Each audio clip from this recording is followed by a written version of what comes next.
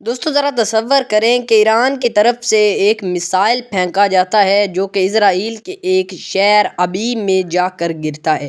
بدلے میں اسرائیل ایران کے ایک شہر تہران کو ایک بھیانک آگ میں بدل دیتا ہے، ایک ایسی آگ جس کا ایندھن ایک پورا شہر ہو، اور اگلی صبح معیشت بیٹھ جاتی ہے اور تیل کی قیمتیں آسمان کو چھونے لگتی ہیں، اور اس طرح دنیا ایک ورلڈ وار 3 کے دہانے پر کھڑی ہو جاتی ہے۔ کیا واقعی ایران اور اسرائیل کی جنگ ورلڈ وار 3 کا رخ لے سکتی ہے؟ اگر یہ جنگ ہوتی ہے تو ایران کے ساتھ کون کون سے ملک ہوں گے اور اسرائیل کے ساتھ کون کون سے ملک ہوں گے؟ آج آپ کے ساتھ یہاں ہم وہ باتیں شیئر کریں گے جو کہ مین اسٹریم میڈیا آپ سے چھپانے کی کوشش کر رہا ہے۔ دوستو، ایران اور اسرائیل کی جنگ صرف ایک سیاسی جنگ نہیں بلکہ نظریاتی جنگ ہے۔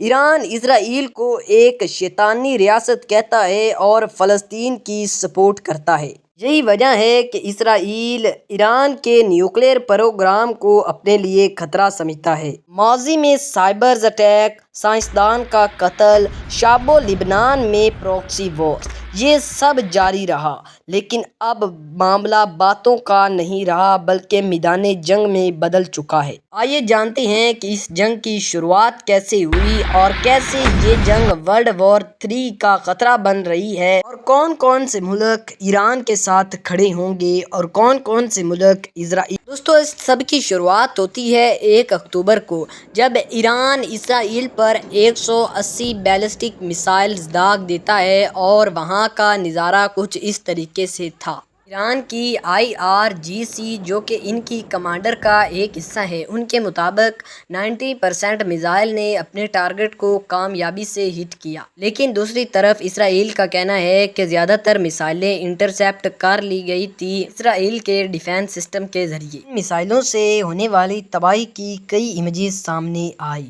مساوات کے ہیڈ کوارٹرز کے سامنے ایک 30 فٹ گہرا کریٹر جو کہ ان میزائلوں کے ذریعے ہوا تھا۔ صدر اسرائیل میں ایک ریگستان ہے جہاں پر اسرائیل آرمی کا ایک ملٹری بیس ہے۔ ایران کی کچھ میزائلیں وہاں جا کر بھی لگی۔ اس سب کے باوجود بھی ایران کا کہنا ہے کہ انہیں منیمم ڈیمیج پہنچا ہے جسے وہ بہت ہی جلد کور کر سکتی ہیں، لیکن پھر بھی وہ ایران سے اس حملے کا بدلہ ضرور لے گی جو کہ بہت ہی بھیانک ہونے والا ہے، اور کچھ لوگوں نے اسے ورلڈ وار 3 ڈکلیئر کر دیا ہے، پر ایسا ہرگز نہیں ہونے والا۔ ہاں، یہ سچ ہے کہ حالات اسی طرح سے چلتے رہے تو یہ ایک ریجنل وار بن سکتی ہے مڈل ایسٹ میں، پر اسے ورلڈ وار 3 کا نام دینا ایک بہت بڑا مذاق ہوگا، کیونکہ یہ پہلی بار نہیں ہے جب ایران نے اسرائیل پر حملہ کیا ہو۔ پہلے 2-3 دفعہ ایران اسرائیل پر حملہ کر چکا ہے، جیسا کہ اپریل میں بھی ایران نے اسرائیل پر حملہ کیا تھا جو کہ اس حملے سے تھوڑا سا بڑا تھا۔ ہاں، کچھ چانسز ہیں کہ یہ جنگ ورلڈ وار بن جائے، جیسا کہ اسرائیل کے پاس بہت ساری ویسٹرن کنٹری کا سپورٹ ہے، مگر ایران بھی اکیلا نہیں۔ ایران کو بہت ساری مسلم کنٹریز سپورٹ کرتی ہیں، اور انہوں نے کھل کر اعلان کیا ہے کہ اگر ویسٹرن کنٹریز ایران اور اسرائیل کی جنگ میں انٹرفیئر کریں گی تو وہ پیچھے نہیں رہیں گی۔ آئیے کچھ ایسی کنٹریز دیکھتے ہیں جو اسرائیل کے ساتھ ہیں۔ اس میں سب سے پہلے امریکہ ہے جو کہ ہر سال اسرائیل کو اربوں ڈالر کی امداد دیتا ہے۔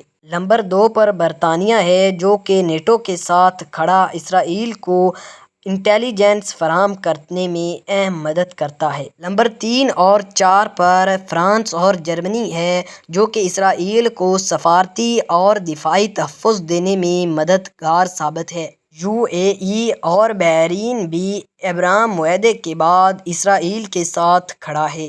کینیڈا، آسٹریلیا اور جاپان مغربی بلاک کی حمایت کریں گے۔ اب بات کرتے ہیں کہ ایران کے ساتھ کون سے ممالک کھڑے ہوں گے اس جنگ میں۔ اس میں آتا ہے روس جو کہ امریکہ کو ٹکر دینے کا بڑا خواہش مند ہے، اور شام میں ایران کا احاطہ بھی کرنے میں آگے ہے۔ اس کے بعد آتا ہے شام۔ شام میں موجود ایرانی فوجیں اسرائیلی دشمنی کو مشترک مدد کر لیں گی۔ اس کے بعد ایک ملک لبنان اور ایک گروپ حزب اللہ آتا ہے جو کہ اسرائیل کے خلاف راکٹ لانچنگ میں ایران کی بہت مدد کریں گے۔ اس کے بعد یمن آتا ہے جو کہ اسرائیل کا بہت ہی پرانا دشمن ہے۔ اس کے بعد عراق کے شیعہ ملیشیا گروپ ایران کے ساتھ مکمل وفاداری کریں گے۔